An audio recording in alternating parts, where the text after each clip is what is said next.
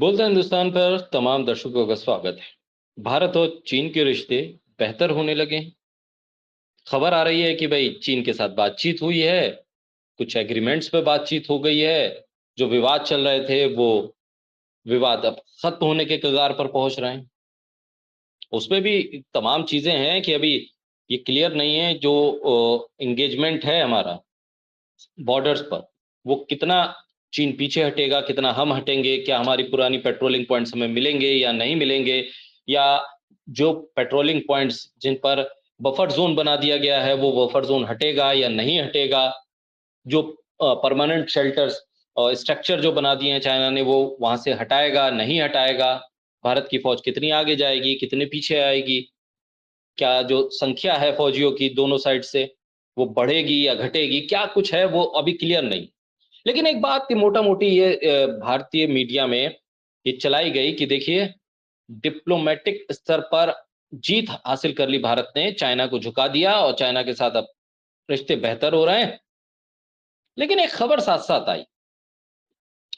इस खबर के इर्द गिर्द पिछले एक महीने में जो कुछ घटित हुआ उसके बैकग्राउंड में क्या अडानी है, और चाइना से जो रिश्ते बेहतर हो रहे हैं उसके पीछे भी क्या अडानी एक वजह बने। ये सवाल इसलिए खड़ा होने लगा क्योंकि अडानी अपना बिजनेस चाइना में खड़ा कर, चाइना में अपनी कंपनी को खड़ा कर रहे हैं, वहां पर रजिस्टर्ड कर रहे हैं अपनी कंपनी को, रजिस्ट्रेशन के बाद चाइना में व्यापार कर रहे हैं।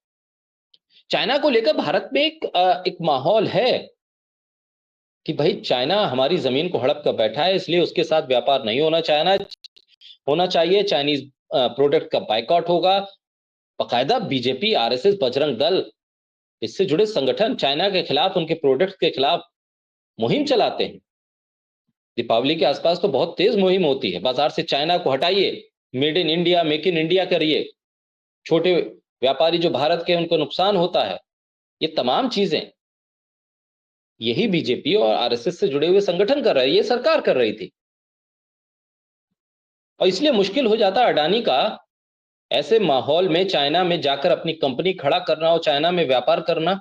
सवाल उठने लगते कि आपने चाइना को क्यों चुना, चाइना से हमें इतना नुकसान है, हमारे फौजियों की ये स्थिति है, हमारे बॉर्डर्स पे ये स्थिति है। सवाल होते, उन सवालों को हटा दिया जा रहा।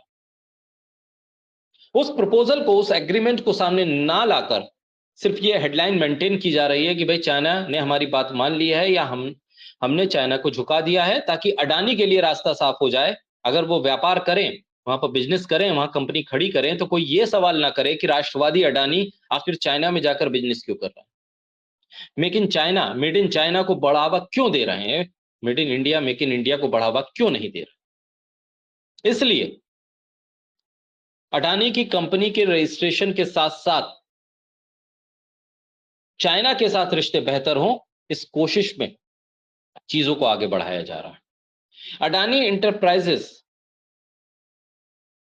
उसने अपनी जो फर्म है अडानी इंटरप्राइजेस के तहत अडानी ग्रुप का mining, road, airport, data centre, water infrastructure business आता है। और 2024 2 सितंबर 2024 को अडानी एनर्जी रिसोर्सेज ने शंघाई में पीपल्स रिपब्लिक ऑफ चाइना के कंपनी लॉ के तहत वहां पर कंपनी रजिस्टर्ड कराई। अभी तक कारोबार शुरू नहीं हुआ है, लेकिन जल्द ही वहां पर कारोबार शुरू होगा। किस तरह का कारोबार होगा, बड़े प्रोजेक्ट्स वो ले सकते हैं, वहां पर पावर सेक्टर भी जा सकते हैं, मैन्युफैक्चरिंग तो वहां पर बहुत बड़ा हब है, वहां जा सकते हैं, बड़े कॉन्ट्रैक्ट्स के लिए हाथ पैर मारेंगे। तो ये तो तभी हो पाता जब चीन और भारत के बीच रिश्ते बेहतर होते। अब वो बेहतर कैसे होते, वो बेहतर करने के लिए तो सरकार को पहल करनी पड़ती। इसलिए ब्रिक्स से खबर ये आने लगी कि भाई रिश्ते बेहतर हो गए हैं, अब ग्रीन सिग्नल है। चाइना की ना वो झालर जो है ना, उसका भी बाइकआउट नहीं होगा। अब शायद स्थिति यही बनेगी कि मेड इन चाइना खुलेआम भारत में बिना किसी उलझन के बिकेगा। कोई डर नहीं होगा कि अब आपके दरवाजे पे खड़े होकर कोई ये कहे कि मेड इन चाइना, इसे बाइकआउट कीजिए, स्वदेशी अपनाइए। ये नारा पीछे चला गया, स्वदेशी वाला, क्योंकि विदेश में तो अडानी पहुंचे हैं चाइना में। अब कैसे चाइना का विरोध करें, क्योंकि अडानी को तो बिजनेस चाहिए। दुनिया के अलग अलग देशों में जहां जहां उन्होंने बिजनेस की शुरुआत की, जहां जहां बड़े बड़े प्रोजेक्ट हासिल किए, वहां पर लोगों के भीतर गुस्सा, और वो गुस्से का नतीजा ये है कि पूरी दुनिया से व्यापार समिट गया है एक तरह से अडानी का। लगातार अभी हिंडनबर्ग के आरोपों पर जवाब या जांच का कोई नतीजा नहीं है। सेबी के साथ उनकी क्या साठगांठ है, ये अभी सवालों के घेरे में है। और इस बीच चाइना में अगर पैर रखा है अडानी ने, तो उससे पहले रास्ता तो साफ करना पड़ा सरकार को, ग्रीन कारपेट बिछाना पड़ा और ये बताना पड़ा कि चाइना के साथ हमारे रिश्ते बेहतर हैं, हमारा एग्रीमेंट हो गया है, जो हमारे विवाद थे उस पर हम बात कर रहे हैं, वो सुलझ जाएंगे। तो लाल आंखें दिखाने वाली स्थिति नहीं है, किसी तरह के बाइकआउट वाली स्थिति नहीं है, इसलिए अडानी बड़े आराम से उस ग्रीन कारपेट पर जा सकते। अडानी वहां जाएंगे और व्यापार करेंगे। कोई भी व्यापारी कहीं पर भी जा सकता है और जाकर वहां पर अपना व्यापार कर सकता है। लेकिन सवाल यह कि जब हिंडनबर्ग ने आरोप लगाया था, तब ये कहा गया था कि अडानी एक स्वदेशी की भावना को बढ़ाने वाले राष्ट्रवादी बिजनेसमैन हैं। Adani is India, India is Adani का नारा दिया जाने लगा था। ऐसे में देखना होगा कि चाइना में जब अडानी अपना व्यापार शुरू करेंगे, तो फिर कहां कहां हाथ पैर मारेंगे और कहां कहां से मदद मिलेगी। और क्या जब तक अडानी का व्यापार चाइना में है, तब तक चाइना का बायकॉट स्थगित कर दिया गया है तमाम राष्ट्रवादी संगठनों की तरफ से? जब तक अडानी का कारोबार चाइना में चलेगा, क्या तब तक मेड इन इंडिया और मेक इन इंडिया का नारा सुनाई नहीं देगा? जब तक अडानी का कारोबार चाइना में चलेगा, तब तक चाइना के प्रोडक्ट्स का बायकॉट खत्म कर दिया गया है, उसके नाम पर स्वदेशी अपनाओ वाला नारा भी कहीं छुपा दिया जाएगा।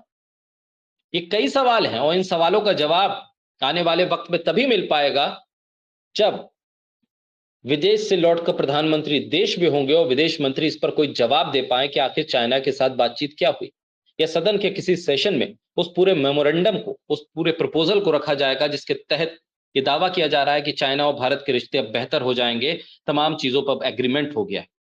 कूटनीति की जीत बताई जा रही है। दरअसल ये कूटनीति की जीत नहीं है, ये अडानी के व्यापार की जीत है कि कंपनी खोलने से पहले तमाम हर्डल्स को, तमाम रुकावटों को, तमाम बाधाओं को, तमाम रेड सिग्नल